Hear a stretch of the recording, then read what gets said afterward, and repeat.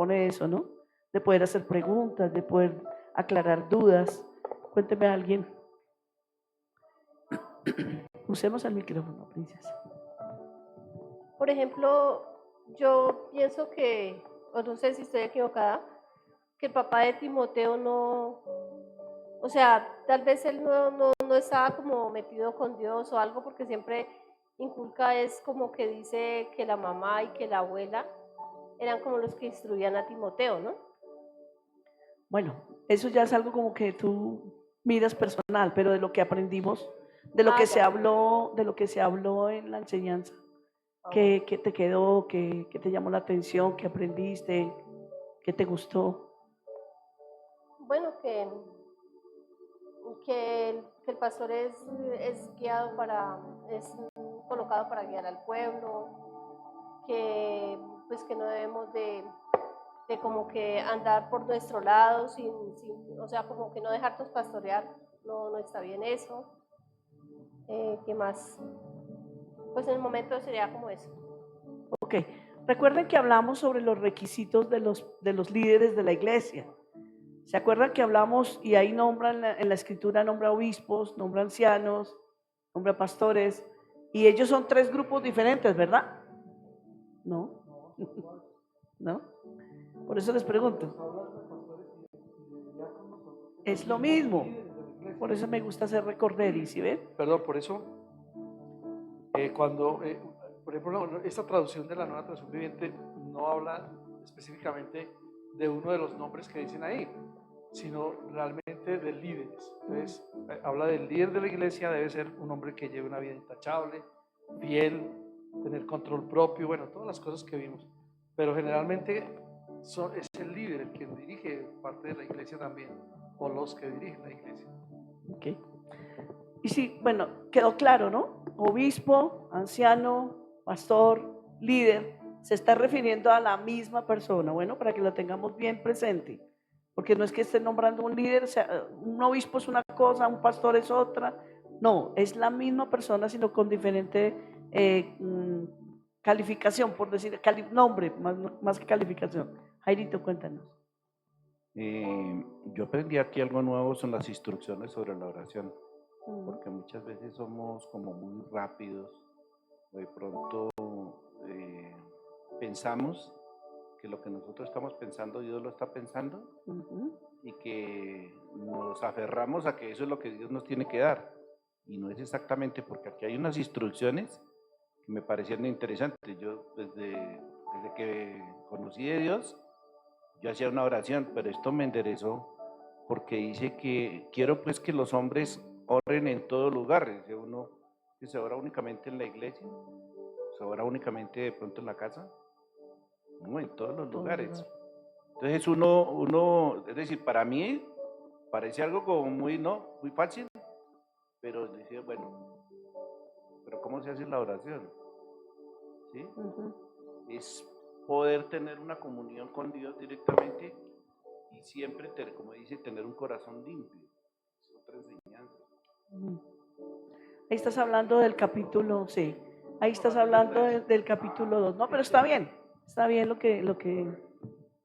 exacto. Entonces, en el capítulo 3 vimos los requisitos para los líderes, ¿cierto? Y yo quiero hacer un poquitico como para ponerlos en contexto, un pequeño análisis que hice acá de lo que hemos visto desde que empezamos esta carta. Dice que la verdad fundamental de esta iglesia es que no hay lugar para falsas doctrinas. Recuerden que Éfeso era un lugar donde mucha gente, como lo aprendíamos de la iglesia de Éfeso, ¿se acuerdan?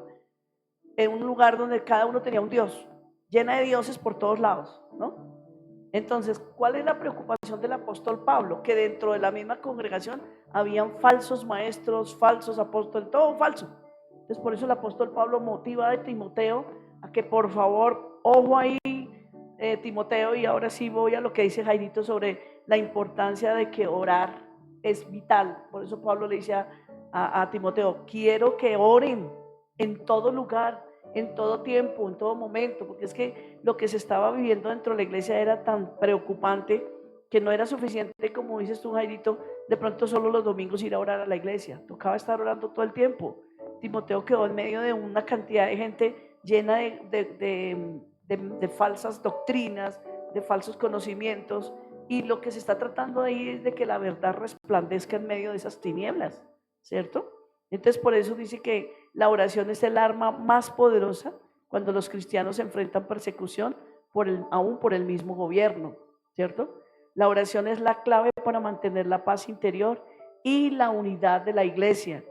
Por eso, mis hermanos, el culto más concurrente, de más potencia debería ser el culto de oración.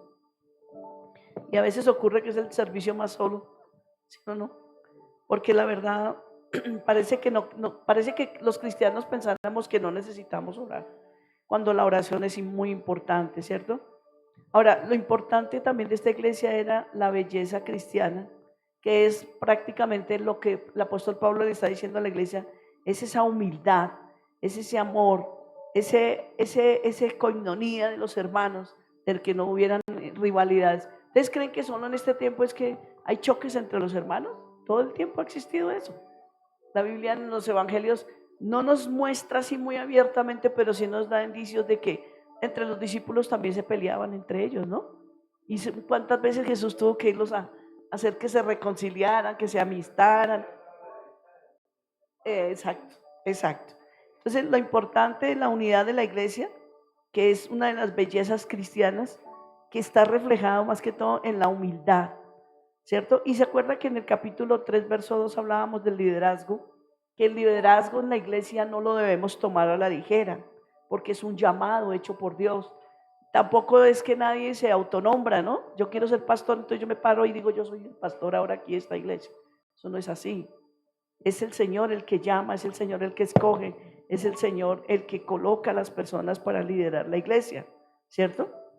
¿Y qué pasa con esos líderes? Que tienen que ser ejemplos vivientes. Un líder debe ser abierto, debe ser generoso, debe ser apto para enseñar, que es una de las características o requisitos que vimos en 1 Timoteo capítulo 3, ¿cierto?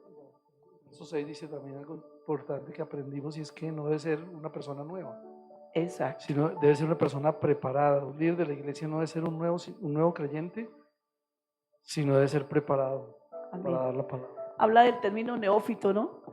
¿Por qué dice que? Porque se corre el riesgo de que la persona se envanezca, se llene de orgullo. Porque mucha gente piensa que estar al frente de una congregación, liderar una iglesia, eso es como en el mundo, ¿no? Soy el gerente de una empresa, soy el gerente de una compañía, y como tengo que, por mi liderazgo, dar órdenes y todo el mundo me tiene que obedecer, la iglesia es igual. No, la iglesia el pastor no da órdenes. En la iglesia el pastor es el siervo, ¿sí ve? Claro, tenemos una responsabilidad de dar cuentas a Dios por cada uno de ustedes, en el caso hablando de nosotros acá, ¿cierto? Pero aquí no es que nadie mande a nadie, aquí es el Espíritu Santo el que gobierna su iglesia, y todos nosotros somos colaboradores, dice Romanos, ¿no? Colaboradores del reino de los cielos. Pero hoy vamos a mirar algo importante. Yo quería hacer este pequeño repaso porque me interesa que tengamos claros estos conceptos, que los estudiemos, no tanto para mirar de pronto cómo voy y juzgo, critico y me doy cuenta si en mi iglesia se está cumpliendo esto, si mi pastor si está cumpliendo estos requisitos o no, y si no, entonces mejor no me le sujeto, no le obedezco, no hago caso de lo que él dice, porque yo no veo que él sea un hombre noble, no veo que él sea un hombre de tal. Sí, a veces pasa eso en las iglesias, ¿no? Menos mal que aquí no pasa eso. Pero uno de los requisitos también que la palabra de Dios habla a Timoteo, el apóstol Pablo, es que le dice que gobierne bien su casa, y creo que ahí habíamos quedado. En la parte del liderazgo, en la parte del obispo. Ese pedacito nos faltó hablarlo la vez pasada. ¿Y por qué el apóstol Pablo se interesa tanto en la casa del líder, del pastor? Porque es que cuando un líder es consagrado a Dios, demuestra su capacidad para dirigir primero en su propia casa antes que ir a liderar en la iglesia, ¿sí o no? Porque a veces cuántas cosas vemos, ¿no? Malos ejemplos, ¿no? Alguien que quiere ser un líder en la iglesia, pero en su casa sus hijos no se sujetan, no le obedecen, no los respetan, ¿sí ve? Su misma esposa no lo respeta, no le da el lugar. Entonces uno dice, pues qué pesar con el pobre pastor, ¿no? Porque si en la casa, que es el primer altar, que es la primera iglesia, que es el primer lugar, no hay un reconocimiento a ese liderazgo para ese hombre, piensen en la iglesia. Peor. No sé, ahora, me llama la atención como la Reina Valera dice que el que no sabe gobernar su casa, ¿cómo cuidará de la iglesia del Señor? Y hay dos términos que yo veo que la Biblia usa ahí. En la casa él gobierna, pero en la iglesia él lidera. ¿Sí ven?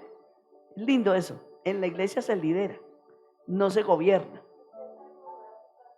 El que no sabe gobernar bien su casa, ¿cómo cuidará, cómo liderará de la iglesia del Señor? Porque es que acuérdense que la iglesia del Señor no es nuestra iglesia, es la iglesia del Señor. Nosotros solamente somos aquí como lo que yo siempre he creído, ¿no? Como esos vigilantes que estamos cuidando que nadie venga a hacerle daño a la iglesia del Señor, ¿no? Ustedes que trabajan con la empresa de seguridad saben cómo es el tema ahí, ¿no? Eso, yo me siento así, como ese vigilante que le ponen y le dan su bastón o su arma para cuidar, para proteger que no venga nadie a robar. Ese soy yo aquí en la iglesia, yo creo que ese es mi esposo, pero aquí no venimos ni a mandar a nadie, ni a gobernarle la vida a nadie, porque cada uno es consciente por la palabra de Dios de lo que debe y no debe hacer. ¿Sí o no? Y bueno, lo mismo habla aquí. Pablo reconocía que es nuestro hogar donde nuestro cristianismo se demuestra primero. Porque cuántas veces, muchas oportunidades los hijos dicen, pero qué, mi papá viene aquí a enseñarnos cosas que yo no veo que en la iglesia, o sea, allá dice una cosa y en la casa vive otra. Y la misma escritura dice que los hijos serán nuestros propios jueces. Hablábamos también de un neófito, o sea, un recién convertido. No, dice, no se le debe dar una posición de liderazgo demasiado pronto a un recién convertido. El líder debe estar mucho más allá de la etapa de un neófito. Es una etapa de desarrollo espiritual. ¿Qué significa la palabra neófito? Literalmente significa recién plantado, recién nacido. Cuando alguien recién conoció a Jesús. Por eso dice, no es bueno ponerlos en una posición de liderazgo hasta que se les haya permitido crecer lo suficiente como para echar raíces profundas. Promover a un neófito demasiado pronto da ocasión para un gran pecado. ¿Cuál sería ese pecado? El orgullo, sí señor. Y eso sería imitar lo que le pasó a Satanás, ¿no? Que se llenó de orgullo y por eso quiso ser más grande que Dios. Y lo último que veíamos era el buen testimonio, ¿sí? Que son características que tienen que ser evidentes. Y dice la Biblia que buen testimonio de los de adentro de la iglesia y de los de afuera. Que la gente sabe, él es el pastor de la iglesia de tal. ¿Sí ve? Que la gente pueda decir, conozco su testimonio, no lo he visto con malas cosas, malas actitudes. Claro, no somos perfectos, por supuesto, ni estamos pretendiendo serlo, pero sí, en lo posible, nosotros cuidamos el testimonio y lo debemos hacer todos, no solo los pastores, todos, cualquier cristiano que camine por las calles tiene que cuidar su testimonio. Amén. El líder potencial debe ser un buen cristiano, fuera de las paredes de la iglesia y dentro de las paredes de la iglesia. Y con eso finalizamos los requisitos para los pastores, los obispos, los diáconos, perdón, los líderes. Recuerden, obispo, anciano, líder, pastor, ¿es lo mismo? Sí, Maricel, grábatelo. Es lo mismo, mi princesa, es lo mismo. Por favor, cuando siempre estén leyendo la escritura, no olviden que siempre está hablando de un anciano, está hablando de un pastor, está hablando de un líder, está hablando de un siervo. Ahora vamos a mirar esta noche los requisitos de los diáconos. Los diáconos, que son los siervos prácticos de la iglesia. ¿Saben qué significa la palabra diácono? Bueno, aprendamos esta noche. Sirviente, literalmente, no suena muy bonito, no como muy agradable al oído, no como muy acomodado, ¿no? Pero significa sirviente. Es uno que sirve, ¿sí? Los mismos servidores, sí señor. Pero hoy vamos a aprender algo bien lindo, porque cuando nosotros vemos el curso de servidores dentro de las escuelas de la iglesia de formación, aprendemos muchas cosas que yo me he dado cuenta que no se están poniendo muchas veces en práctica. Y por no repasar muchas veces el material, por no leer muchas veces la palabra, nos pasamos por alto cosas y estamos fallando. Entonces yo quiero que en este momento ustedes se concentren en este tema y miremos por favor con detenimiento lo que debe ser para nosotros servir en la iglesia. Debemos verlo como el mayor de los privilegios que nosotros podamos tener aquí en esta tierra. Ser escogidos para servir en la casa del Señor debe ser para nosotros un grande privilegio.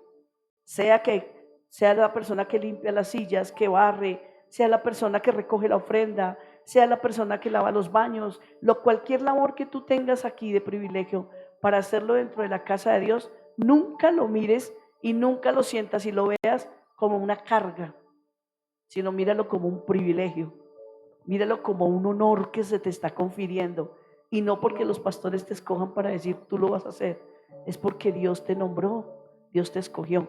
Pero hay unos requisitos, mire que ellos también, los servidores también tienen requisitos, y lo vamos a mirar en Hechos capítulo 6, verso 1 al 6, y lo vamos a leer.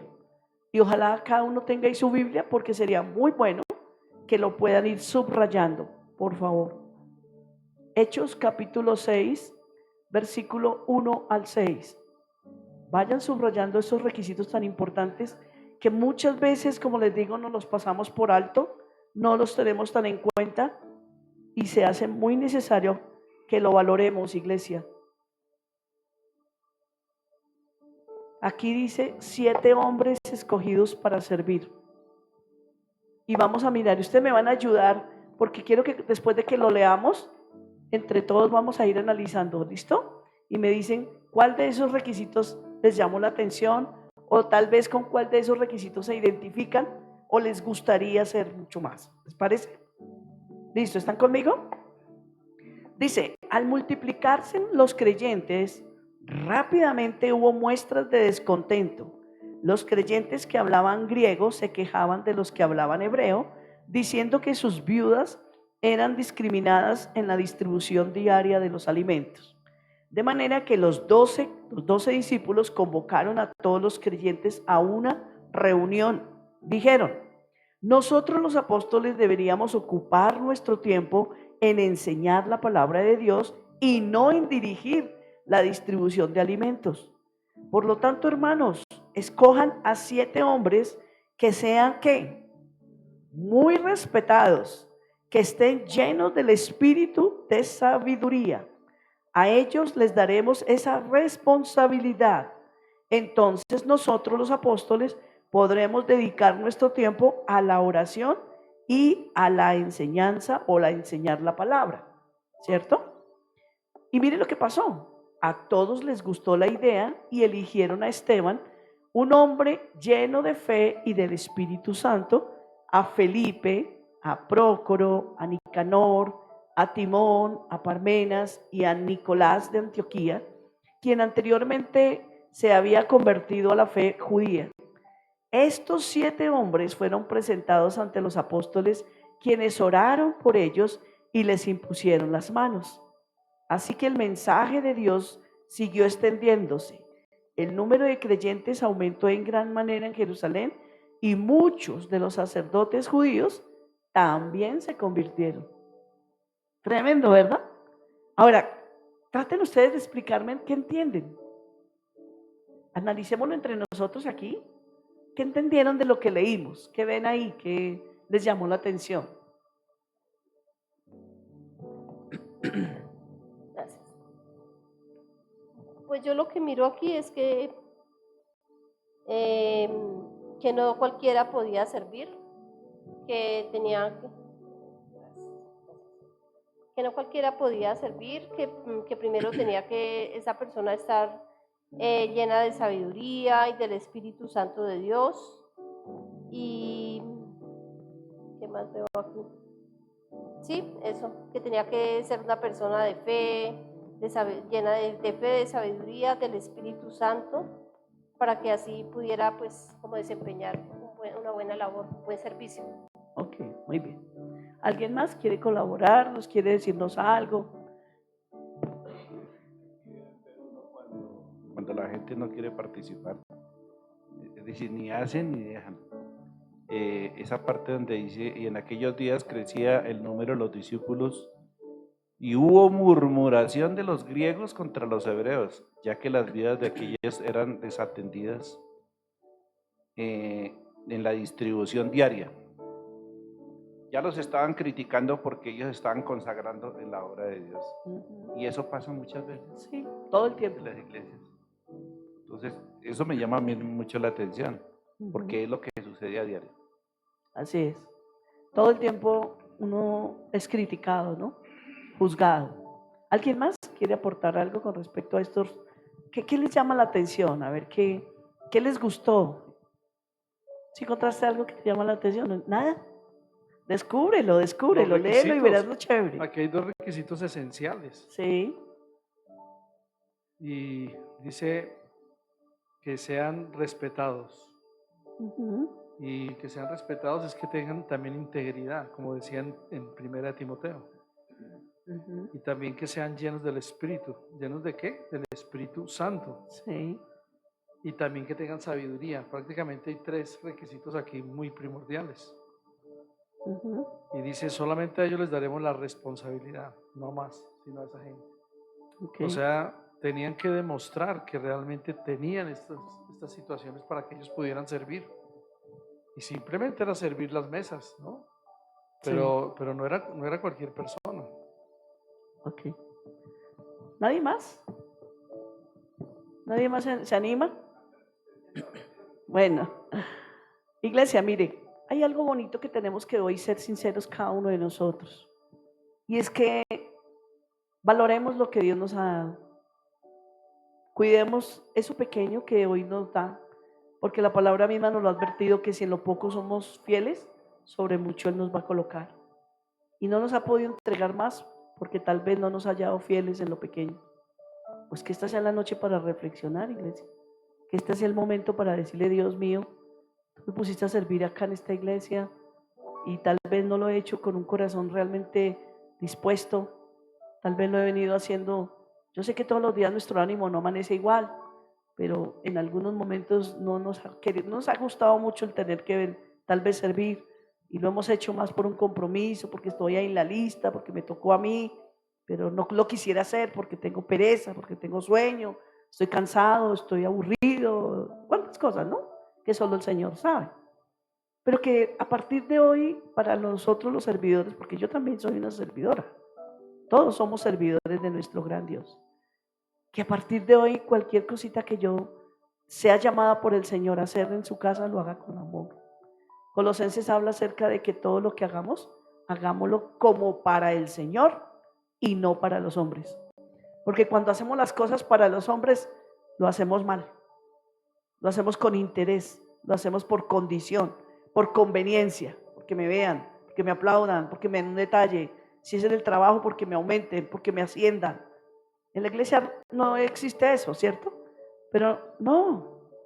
O porque me toca, o no lo hago porque no me toca. Yo siempre he dicho que los servidores en la iglesia son como un equipo de fútbol. Y yo lo que aprendo de un equipo de fútbol, que no sé mucho de fútbol, pero lo que yo puedo ver en un equipo de fútbol, y aquí está Jairito que tiene más conocimiento en eso, me puede ayudar, es que en un equipo de fútbol son como 22 o 23 jugadores. Imagínense, a veces 30. Pero yo lo que he percibido y me he dado cuenta es que cuando el equipo va a jugar, solo juegan 11.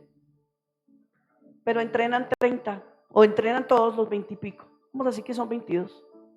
O sea que, y ya el técnico con anticipación ha dicho, bueno, va a jugar usted, y da la lista. Pero no por eso los otros se quedan en la casa durmiendo y, bueno, como no me tocó jugar a mí, entonces yo no voy al entrenamiento. Todos se entrenan como si todos fueran a jugar ese día. Y todos llegan cumplidos y se sientan ahí y se ponen el uniforme. Y yo los he visto que hasta con uniforme quedan porque de pronto no nos meten, pero están listos. Y yo a veces veo que eso nos falta a nosotros como servidores en la iglesia. Claro, exactamente. Están listos para reemplazar en un momento dado que se ofrezca al que de pronto se lesionó, alguna cosa pasó, ¿cierto? Y yo veo que todos 22 jugadores son comprometidos, ¿sí ve? Y no veo como ese que a mí no me toca hoy, entonces, no. Eso nos hace falta a nosotros en la iglesia. Ser comprometidos. Tal vez no estoy en lista para servir este domingo próximo. No importa, pero yo soy un servidor de Jesús. Me voy a ir temprano, como si fuera ese día me tocara a mí servir. y voy a estar atento a ver qué se ofrece, qué hay que hacer, porque puede ser que la persona que le tocó ese día a la puerta no pudo llegar. Hombre, yo estoy ahí para eso. Qué lindo es eso, ¿verdad? Venir con esa mentalidad. Diríamoslo así. Exactamente. Estoy pendiente, si alguien va a faltar, yo estoy listo. Incluso yo diría que hasta debería traer en su morral o en su mochila la chaqueta de servidor, porque no sabe en qué momento tiene que Claro, ponérsela. sería bueno. O sea, ese es el compromiso, ¿no? Sí, claro, De claro. eso se trata. Allá deberíamos llegar todos. Allá deberíamos O llegar sea, todos. yo sí siempre, pues no quiero aquí, como dicen, sacar pecho ni quiero darme la de orgullosa, pero en mi corazón sí siempre hay esa actitud. De hecho, el pastor es testigo que qué día me tuvo que sacar de allá, porque yo estaba sirviendo, ¿sí? Porque yo vi que, digamos, Edison estaba en la transmisión. Ahora, algo importante que quiero que lo tengamos presente y es que ustedes se habían puesto a pensar, ¿quién dijo que para servir, por ejemplo, una aromática, un tintico, pan, cómo así que el Señor dice que tienen que ser llenos del Espíritu Santo, de buen testimonio? Mejor dicho, prácticamente los mismos requisitos que se le exigían a los obispos, a los pastores. Y yo llegué a una conclusión, es que, iglesia, manejar gente, manejar personal, manejar caracteres, manejar personalidades no es fácil, porque todos no somos iguales. ¿Sí ve? Entonces, atender a las personas se necesita la llenura del Espíritu Santo para que eso no me vaya a causar a mí molestias, irritabilidad, pelea, contienda, ¿sí? Porque a veces nos pasa que tomamos las cosas personal, ¿no? Y puede pasar. Estamos en disgusto con alguna persona en la iglesia y entonces todo lo tomamos con esa parte. No, no, hay que despojarnos de esas cosas. Por eso para el apóstol era muy importante el entender que era necesario que las personas que sirvieran en la iglesia tenían que ser personas llenas del Espíritu Santo, personas temerosas de Dios, personas que de verdad amaran. Vamos a mirar lo que dice en el versículo 8b hasta el verso 12. Miren los requisitos para los diáconos. Yo los voy a ir leyendo aquí, que está en la Reina Valera. Ustedes léanlos en su Biblia y miren lo que dicen los requisitos. Dice, honestos, sin doblez, no dados a mucho vino, no codiciosos de ganancias deshonestas, que guarden el misterio de la fe con limpia conciencia. Y estos también sean sometidos a prueba primero, y entonces ejerzan el diaconado si son irreprensibles. ¿Y se acuerdan que nosotros aprendíamos al comienzo qué significaba la palabra irreprensible? ¿Sí se acuerdan qué es? Que no tienen reproche de nadie, que nadie tiene queja de ellos, nadie puede decir, uy, no, es que me robó, es que es un tramposo, es que me quita, es que me empuja, es que no. Por eso que la gente tenga buen testimonio, ¿cierto? Y mire lo que habla acerca de nosotras las mujeres. Dice, las mujeres asimismo sean honestas, no calumniadoras, sino sobrias, o sea que no borrachitas, ¿no? Fieles en todo. Los diáconos sean maridos de una sola mujer y que gobiernen bien sus hijos y sus casas. Los mismos requisitos casi que le pide el Señor a los que son los obispos de la iglesia. Entonces, ya le dejo. Entonces, ¿qué pasa? Mire que a veces nosotros, por eso les dije al comienzo, no podemos tomar tan a la ligera un llamado que Dios nos hace, por sencillo. Esto es un lugar pequeño, iglesia, y tal vez nos conocemos entre nosotros tanto que ya nos hemos familiarizado los unos con los otros. Y hay tanta familiaridad que a veces pasamos por alto esto y se nos olvida lo que el Señor ha puesto como condición para ser un verdadero servidor de Él. Y eso lo tenemos que tener en cuenta, honesto, ¿cierto? Mostrando un respeto apropiado para Dios y para los demás, sin doblez, un hombre que dice siempre la verdad, ¿sí? Que guarde bien el ministerio de la fe, es decir, que no esté ahí con doctrinas torcidas y doctrinas raras, ¿ya? Y habla de que seamos sometidos primero a prueba. Yo recuerdo cuando nosotros con mi esposo, antes de ser líderes de una iglesia, nosotros estuvimos como diáconos y nos pusieron un año, estuvimos en prueba. Hicimos ese curso y esa capacitación y pasamos un año como unos 30, me acuerdo tanto, pero solamente quedamos como unos 10 nomás, porque durante un año el pastor puso a la gente de la iglesia a que se dieran cuenta cómo era nuestro testimonio, cómo le servíamos, cómo actuábamos, y nos medían en cierta manera si teníamos conflictos con la gente y la gente hablaba bien de nosotros. Y de hecho él hizo un examen a la congregación no estando nosotros, y llenaron como una especie de encuesta donde preguntaba por cada uno de nosotros. ¿Usted le parece que la hermana fulana de tal o el hermano fulano de tal llena el requisito para ser un diácono de acuerdo a la palabra de Dios? Algunos sí, claro, sí. Solo esos que pasamos ese examen fuimos nombrados. De casi 30, solo 10 fuimos nombrados diáconos. Y nos pusieron a prueba un año. Entonces mire que nosotros aquí no lo hemos hecho realmente. Yo me ponía a pensar y decía, aquí no lo hemos hecho en cierta manera de avisarles a ustedes que vamos a estar un año para poderlos nombrar diáconos, pero sería muy bueno ir pensando ya en eso. ¿Sí ve? Porque sí, somos servidores, todos servimos en la casa de Dios, pero necesitamos ir. Eso nos va a ayudar mucho. Mire que eso le va a ayudar a uno mucho porque uno en cierta manera se concientiza más del privilegio y se enamora más de lo que es servir en la casa del Señor. Se le quita esa mentalidad de que es que me toca ir a servir, es que siempre me ponen a mí en la puerta y ya que no hay otro que pongan a recoger la ofrenda. Eso pasa en muchos lugares, menos mal que aquí no pasa. Se les vuelve como una cosa común, como una rutina. Se les vuelve algo como, ay Dios mío, sí. Pero mira lo que dice aquí en esta traducción, en el verso 10, dice que sean evaluados cuidadosamente antes de ser nombrados como diáconos. Si pasan el examen, entonces que sirvan como diáconos. Si no pasan, que no sirvan, en otras palabras. Sí, y así pasó. Sí, que no todos pudieron yo me recordaba, estudiando esto, recordaba eso. Yo decía, oiga, ¿verdad que nosotros nos presentamos como unos 30 y solo fuimos nombrados 10? Tremendo. Ahora, aquí también habla acerca de las mujeres a sí mismo. Dice, es difícil saber si Pablo se refería aquí a las diaconisas como Febe, que nos la nombra en Romanos 16:1, pero note que a los diáconos les exigen que sus esposas también deben ser de buen testimonio, honestas, ¿cierto? Dice, las palabras usadas originalmente permiten ambas posibilidades, no calumniadoras, dice, literalmente no demonios. Esto pudiera ser también traducido como difamadoras, traicioneras, chismosas, pues todas estas son de su padre el diablo y los deseos de este ellas cumplirán. Lo dijo un erudito que se llama Clarke. Bueno, aquí no se trata de condenar a nadie ni justificar a nadie, aquí se trata de mirarme cada uno, mirarme yo, cada uno mirarnos y pensar, Señor, de pronto tengo toda la intención de servir y lo hago con mucho amor, pero soy débil en esta y en esta área, ¿verdad? Todos somos débiles, yo soy débil. ¿Sí ve? Yo no puedo decir, ay, venga, le tiramos la primera piedra a Jairito, porque el Señor dice, el que esté libre, ¿te falta? Nadie, aquí ninguno puede decir, exacto.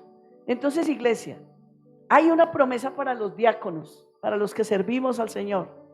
Dice, porque los que ejerzan bien, ¿sí ve? Bien el diaconado, ganan para sí un grado honroso y mucha confianza en la fe que es en Cristo Jesús. Porque los que ejerzan bien el diaconado, Dios nos recuerda su fiel servicio, incluso en las tareas que algunos considerarían de baja categoría, como de pronto lavar un baño, limpiar una silla, lavar un pocillo. Hay personas que les pasa eso, ¿cierto? Porque no entendemos el privilegio que es servir en la casa de Dios, ¿sí? Ahora dice aquí, no cabe duda de que usted verá más diáconos con una gran recompensa que a los mismos pastores. Vea, que a los mismos pastores. El misterio de la piedad, que es otra de las cosas de las que se habla aquí. Dice que Pablo tenía razón para escribirle a Timoteo. Esto te escribo, Timoteo, aunque tengo la esperanza de ir pronto a verte, para que si tardo sepas cómo debes conducirte en la casa de Dios, que es la iglesia del Dios viviente, columna y baluarte de la verdad. Y aquí el apóstol le quiere hablar a la iglesia. Ya le habló a los pastores, ya le habló a los diáconos, ahora le va a hablar a la iglesia. Todos nosotros debemos ser conscientes que la iglesia debe ser en la sociedad la columna y el baluarte de la verdad. ¿Quién es la verdad? Jesús. Muy bien. ¿Quién dijo yo soy el camino, soy la verdad y soy la vida? Jesús. Iglesia, la iglesia en la tierra está aquí. Nosotros estamos en este barrio para dar a conocer a Jesús. La gente que entra a este lugar debe saber que aquí se habla la verdad, que aquí no se hablan mentiras, que aquí se dice la verdad, ¿cierto? Por eso dice, esto te escribo, aunque tengo la esperanza de ir pronto a verte. Pablo deseaba decirle estas cosas a Timoteo personalmente, pero sabiendo, ¿cierto?, que tal vez no le sería posible, se aseguró de decírselo en una carta, ¿sí? Sepas cómo debes conducirte en la casa de Dios. ¿Ustedes han pensado que a Dios le importa cómo somos en la iglesia? Claro. Y aunque esta pared, este saloncito, ¿cierto?, digámoslo así, es el lugar donde la iglesia, que eres tú, que soy yo, nos reunimos, Dios está muy pendiente, muy atento. ¿Cómo somos aquí dentro de este lugar? Porque cuando la iglesia se reúne dentro de este lugar, se convierte en el lugar donde habita la presencia de Dios, donde Dios se hace presente porque somos su iglesia, ¿cierto? Entonces dice, sepas cómo debes conducirte en la casa de Dios. El propósito de Pablo al escribirle era darle a Timoteo como líder información práctica sobre cómo dirigir las cosas en la iglesia de Éfeso. Hoy a nosotros en la iglesia de Veraca. ¿Sí ve? Qué importante es eso. La casa de Dios, la iglesia del Señor, debe ser muy consciente del lugar donde Dios está. Por eso aquí no venimos ni a pelear, aquí no venimos a ofender a nadie, aquí no debemos venir no, cuidado, esto es un lugar de respeto. Aquí, amén, aquí se viene a adorar a Dios. Aquí el centro de la reunión es nuestro Señor Jesús. Por eso hace a una iglesia atractiva de cualquier otra cosa. La gente tiene que decir, yo quiero ir a la iglesia, necesito ir a la iglesia, porque es el único lugar que cuando yo entro encuentro la paz de Dios. Salgo diferente, llegué cargada, llegué cansada, enfermo, enferma, y oraron por mí o canté. Alguien me decía en estos días, uy, yo venía tan rendida, cansada, y bajé y entré a este lugar y la alabanza y se me fue ese peso que yo tenía y mira que estoy sana. Yo, qué bien. De eso se trata este lugar. La iglesia es la casa de Dios. ¿Por qué es la casa de Dios? Porque Él es el arquitecto, porque Él es el constructor, porque Él vive ahí en esa iglesia, porque Él provee para ella, porque Él es honrado y ahí es donde Dios gobierna, iglesia.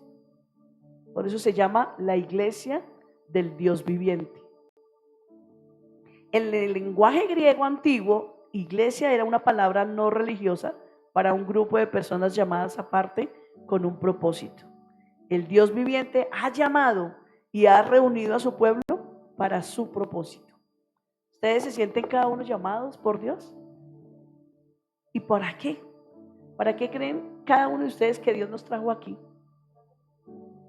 Para cumplir un propósito, sí señora, con cada uno de nosotros. Y yo creo que ese propósito tiene que ver con mi vida, con mi estilo de vida. Porque sabían que todos nacimos chuecos, todos nacimos resabiados, llenos de, perdónenme la expresión, de mañas, ¿cierto? Y llegamos todos torcidos, todos. Y cuando venimos a Cristo y nos enamoramos de Él, este jabón, que es su palabra, en la medida que la estudiamos, en la medida que la leemos, hoy me decía eso Jairito, ¿no? He leído en estos días la palabra y cómo me ha renovado, cómo me ha limpiado, cómo me ha ayudado. Es que eso es el fin de leer la palabra, iglesia. Por eso vuelvo y les repito, cuando nosotros les damos a ustedes o el pastor nos da a nosotros esas citas bíblicas, eso no es porque el pastor decía ahí para rellenar. Es que cuando leemos la palabra nos habla, nos anima, nos confronta, nos motiva, nos identificamos con el personaje, pensamos, oiga, este estaba igual, yo estoy pasando por esto, ¿qué le pasó? Si Dios lo hizo con este, lo puede hacer conmigo. De eso se trata la lectura. No hay solo llene, chulié, no, meditemos en ella. Hagamos como las vaquitas, ¿no? Ellas se comen el pasto, pero de una vez ellas después se acuestan y rumean. y hasta que vuelven, y ellos tienen sus 4 barritos, 4 estómagos, ¿no? Eso lo aprendimos todos en el colegio. ¿Con qué propósito? Con el propósito que realmente ese alimento haga y cumpla su fin en el cuerpo de ese animalito.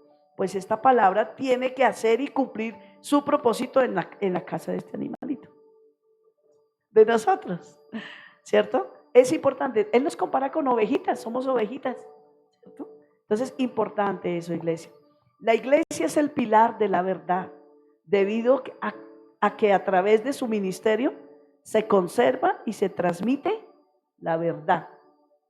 Por eso cuando uno oye cristianos diciendo mentiras, uno se asusta y dice, ¿pero qué? ¿Quién es el padre de la mentira? Satanás. La Biblia dice, y conoceréis la verdad, y la verdad os hará libres. ¿Quién es la verdad? Ok. ¿Cuántos de nosotros teníamos ataduras fuertes? Conocimos a Jesús, y hoy ¿qué? Somos libres, ¿verdad? Él nos ha hecho libres. Por eso cuando por conveniencia muchas veces mentimos, tengamos cuidado, porque es como si retrocediéramos a una vida antigua. Ni por conveniencia mintamos. Jesús fue crucificado por decir la verdad. Entonces vayamos hasta el final diciendo la verdad y vamos a salir victoriosos. Amén. Luego dice aquí, Pablo no reconocerá a la iglesia a menos que en ella la verdad de Dios sea exaltada y esté a la vista de toda la gente. Tremendo, ¿no? Y no es que la iglesia, dice, no es que la iglesia es el fundamento para la verdad, sino que la iglesia sostiene la verdad para que el mundo pueda verla. Qué lindo, ¿no? Por eso para cualquier persona es como asombroso cuando oye un mal testimonio y dice, ay, pero ¿cómo así luego ellos no son cristianos? Porque la gente espera mucho de nosotros. La gente espera mucho de nosotros. A veces la misma gente es más consciente de la responsabilidad que tenemos nosotros que nosotros mismos. Por eso tenemos que cuidar el testimonio. Esta mañana hablaba con alguien y me decía, pastora, definitivamente por sus frutos los conoceréis. Y es así. Es por nuestros frutos que la gente nos va a conocer. Qué tan espirituales somos. Qué tan fieles a la palabra somos. Podemos hablar muy bonito. Muy bonito. ¿Se acuerdan cuando hablábamos sobre el liderazgo de las iglesias? Mi esposo y yo conocemos muchos líderes en el pasado más que todo, y tuvimos a nuestro lado muchos líderes que seguramente eran mucho más capaces que nosotros en cosas y seguramente las podrían llegar a ser mejores. Pero ¿qué pasó con ellos? Que no fueron llamados al pastorado. Y entonces cuando uno es un llamado, se hace harto la diferencia entre lo que es uno que se quiere posesionar ahí y se quiere parar allá contra uno que es realmente llamado. ¿Sí ven? Y nosotros a veces hablamos y decimos, fíjate, hoy vemos atrás y realmente no están. Y los poquitos que están, no están ejerciendo el liderazgo. Porque no fueron llamados para ser pastores.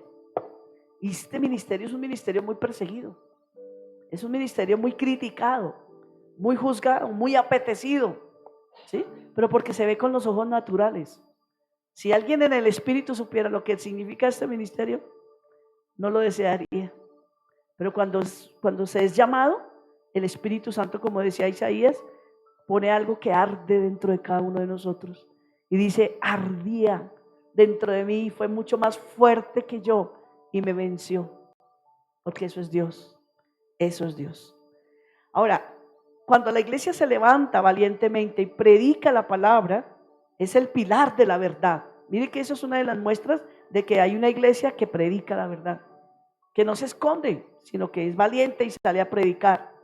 Pero cuando está escondida en las catatumbas romanas y no puede proclamar el nombre del Señor al mundo, dice que aún dentro de esa iglesia puede vivir la verdad en lo profundo de sus corazones de los creyentes, pero ellos siguen siendo el baluarte de la verdad. Y hoy sabemos de iglesias que les tocan escondidos, ¿no? Que les tocan en las sinagogas, en las rocas, metidos por allá, subterráneas, iglesias subterráneas hemos oído nombrar, ¿verdad? Cómo Dios los ama, cómo Dios los guarda, cómo Dios los protege. Exactamente. Nomás allí en China, cómo son las iglesias, y es la iglesia que ha crecido más. Porque a veces tenemos que ser perseguidos para obedecerle a Dios, cuando es más sencillo. Ahorita nosotros tenemos toda la libertad de pararnos en una esquina de hablarle a la gente, poderle decir, mira, Jesús te ama, y no lo estamos haciendo.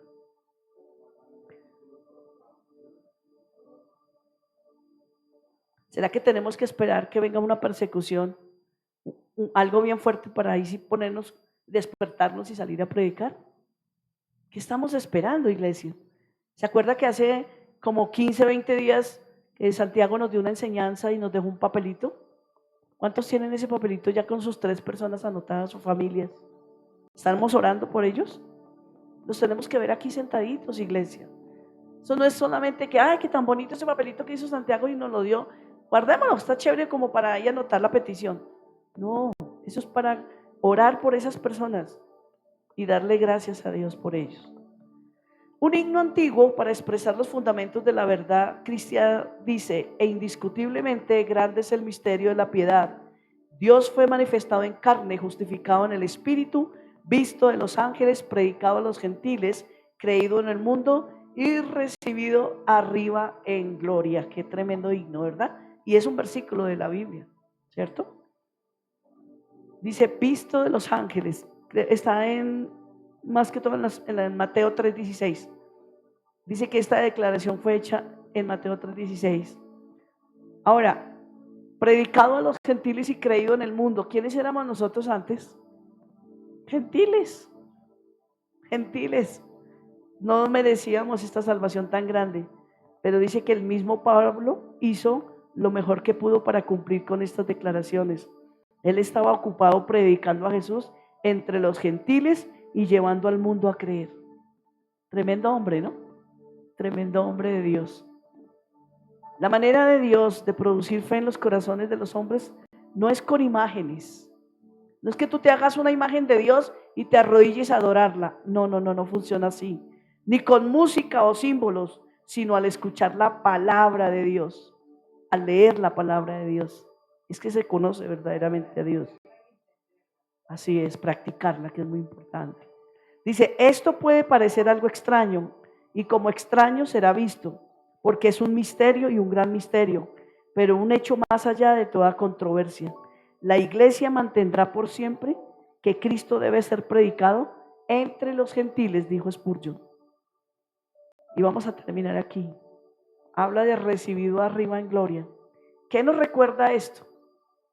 Recibido arriba en gloria. ¿Quién? Jesús, ¿se acuerdan? Nos recuerda la ascensión de Jesús. Amén. Su obra terminada por nosotros y su presente es interceder por nosotros. Él está a la diestra del Padre, todo el tiempo diciéndole, Padre, mira a Aura ya, ayúdala. Ella es terquita, pero ayúdala, concédele, por favor. Y el Padre lo mira, ayudémosla, ¿cierto? Porque Él es así, ese es amor. ¿Sí ve? Yo no sé, yo pienso así, yo me veo así. Yo sé que a veces no soy, como dicen, no soy la perita en dulce, pero aún así el Señor me mira con misericordia y con amor. Y yo me imagino a Jesús diciéndole, ay, téngale paciencia, Padre, es que ella es como terquita a veces, pero ayúdamela, mírela. Va solita ahí, va pidiéndole, está pidiendo nuestra ayuda, Padre. Enviamos a un ángel, ¿sí? Y yo me veo así y me siento así, ¿sí? Por eso dice, Él fue recibido así porque su obra fue terminada, hablando de Jesús.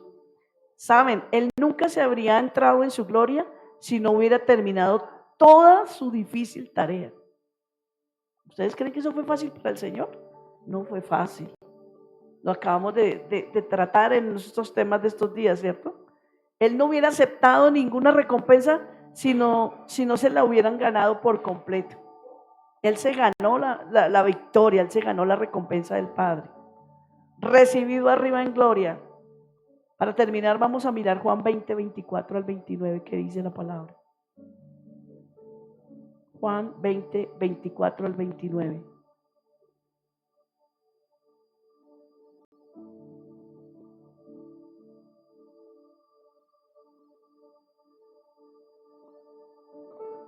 Sí, si alguien lo quiere leer, por favor. Dice 24. Sí, señor. Tomás, uno de los 12 discípulos al que apodaban el gemelo.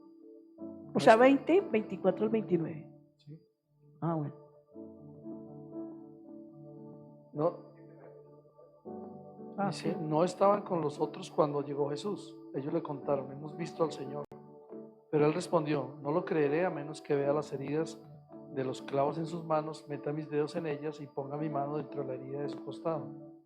8 días después, los discípulos estaban juntos de nuevo y esta vez Tomás se encontraba con ellos.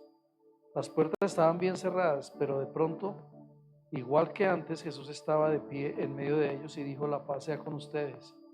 Entonces le dijo Tomás, pon tu dedo aquí y mira mis manos, mete tu mano en la herida de mi costado.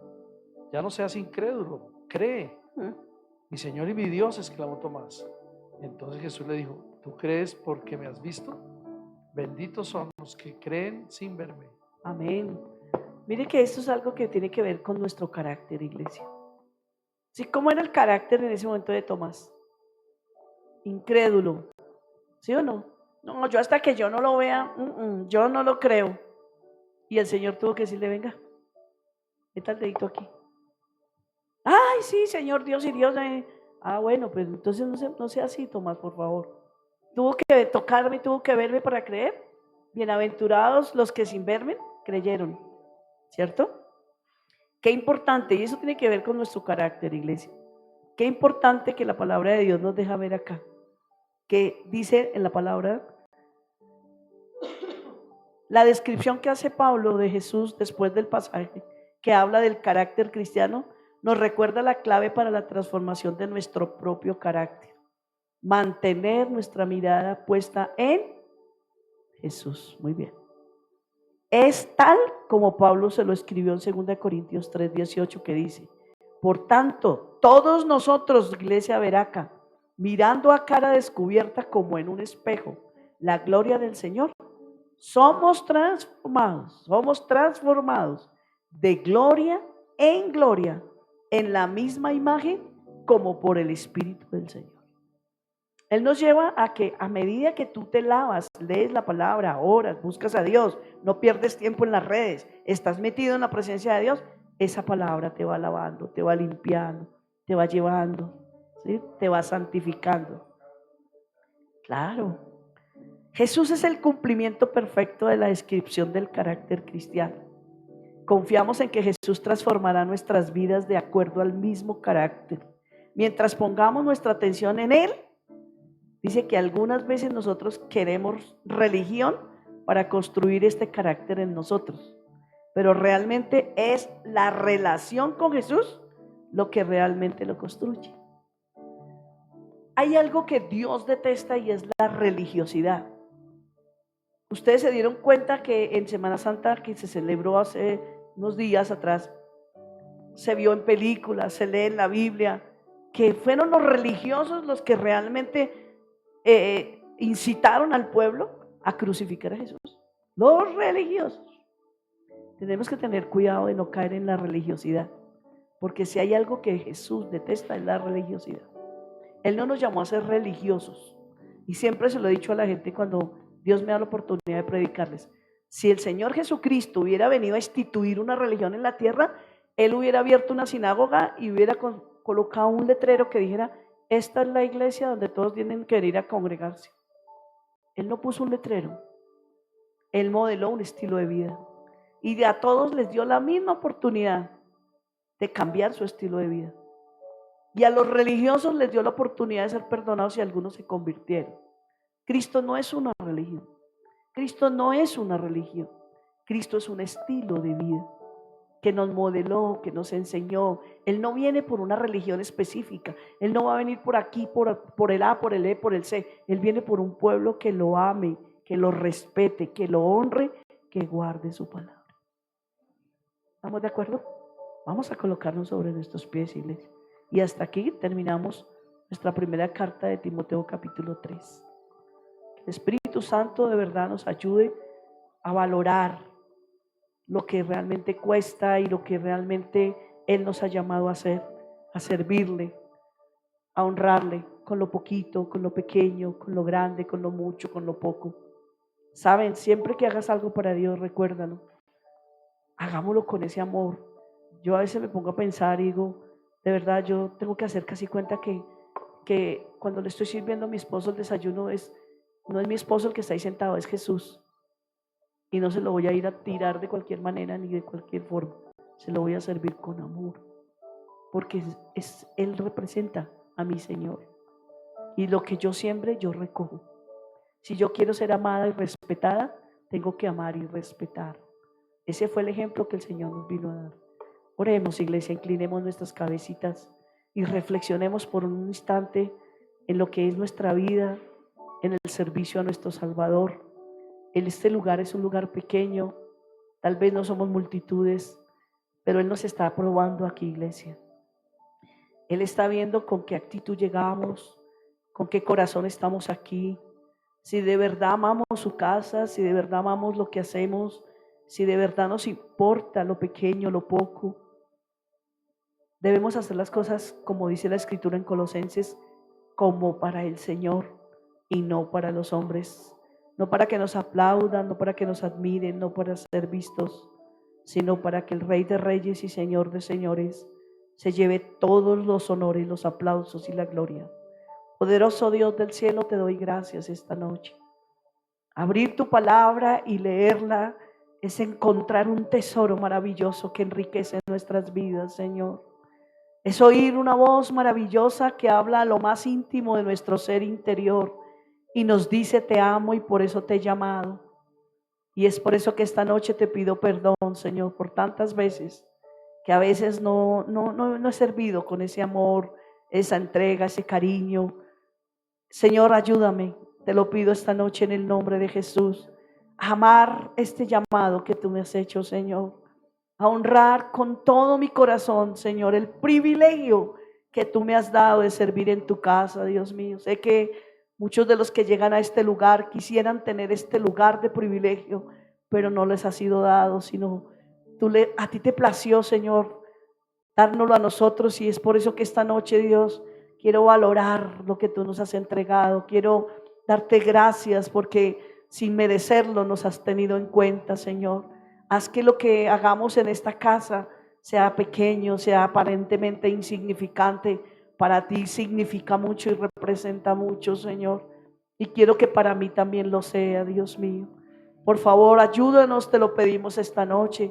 Que a partir de este momento nosotros y nuestros hermanos que aquí nos congregamos en este lugar, verdaderamente amemos y valoremos tu obra, Señor. Valoremos lo que tú valoras, Señor, y aborrezcamos también lo que tú aborreces, Padre. Esta noche estamos delante de ti, te pedimos perdón, porque a veces, Señor, entre nosotros hay conflictos, hay problemas, pero puede más nuestro orgullo, puede más nuestra soberbia, puede más nuestra prepotencia, Señor, que de verdad ser humildes como tú lo fuiste y nos diste ejemplo, Señor, de pedir perdón, de cambiar. Señor, eso no te agrada a ti, Señor. Ayúdanos a edificar una iglesia que verdaderamente glorifique tu nombre como aprendíamos hoy, y que seamos baluartes de la verdad que eres tú, Señor. Yo te doy gracias esta noche, Padre. Bendigo la iglesia, la cubro con tu sangre, Señor, y te pido que los escondas en el precioso hueco de tu mano y nos dé la valentía para amar tu palabra y respetarla, Señor. En el nombre de Jesús yo te doy gracias, Señor. Muchas gracias, Padre. Muchas gracias, Hijo.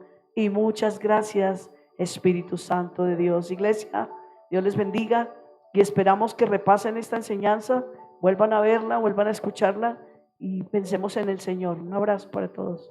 Dios les bendiga.